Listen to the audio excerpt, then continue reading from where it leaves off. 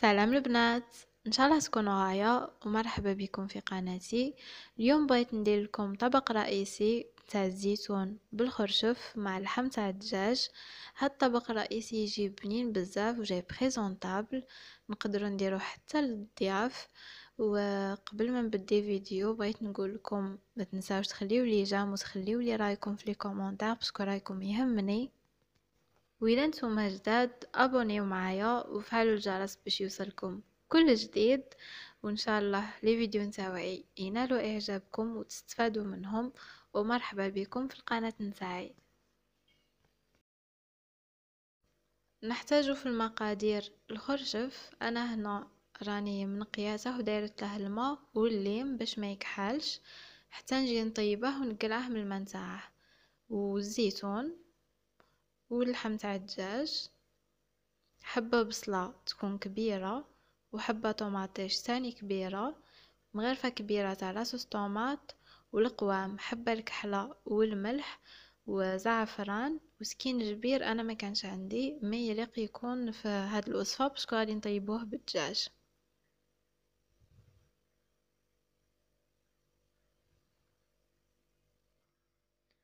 في الاول نطحنوا الطوماطيش والبصلة بالروبو ولا نرابيوهم غير بالرابي، ونبداو نديرو في الكوكوط المقادير تاعنا. نديرو اللحم ونغطيوه بالماء ونزيدو طوماطيش والبصلة، نزيدو مغرفة كبيرة تاع لاصوص طوماط،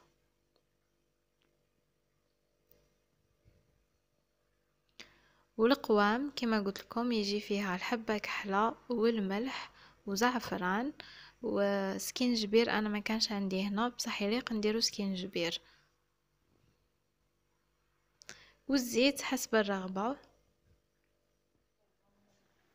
نخليو الماء تاعنا حتى يغلى مليح عادا ونغطيو الكوكوط ونديروها تصفر.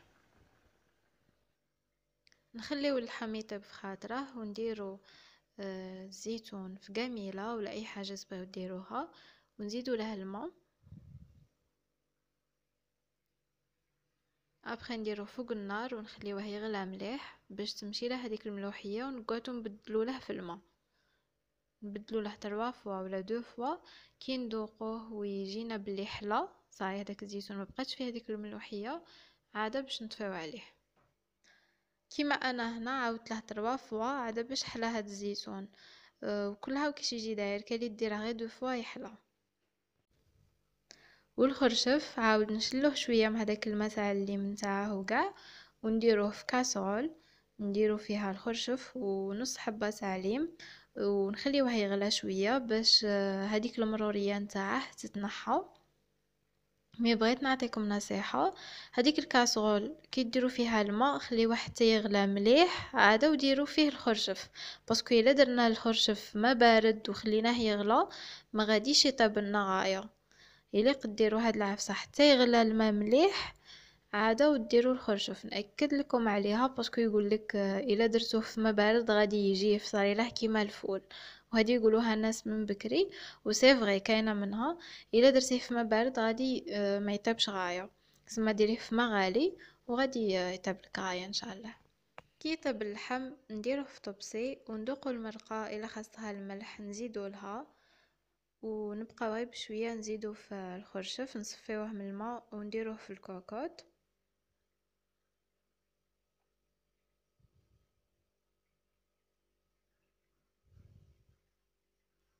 ونزيدو الزيتون باسكو هما يطيبوا مع بعض.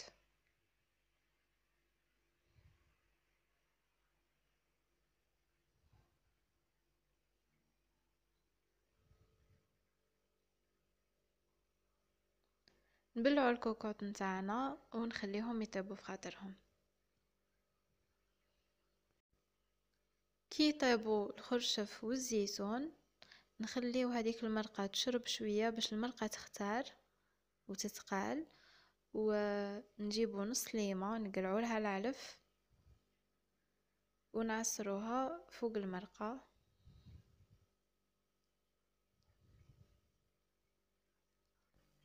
وسيبون هاوا كي جا دروك راه جاهز للتقديم.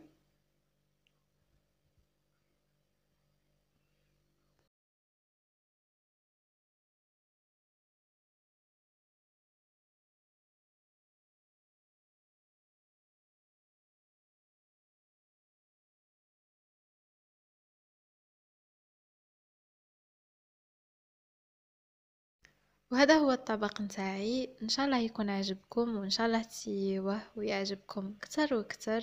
نتلاقاو في فيديو جديد مع وصفة جديدة، خليتكم على خير.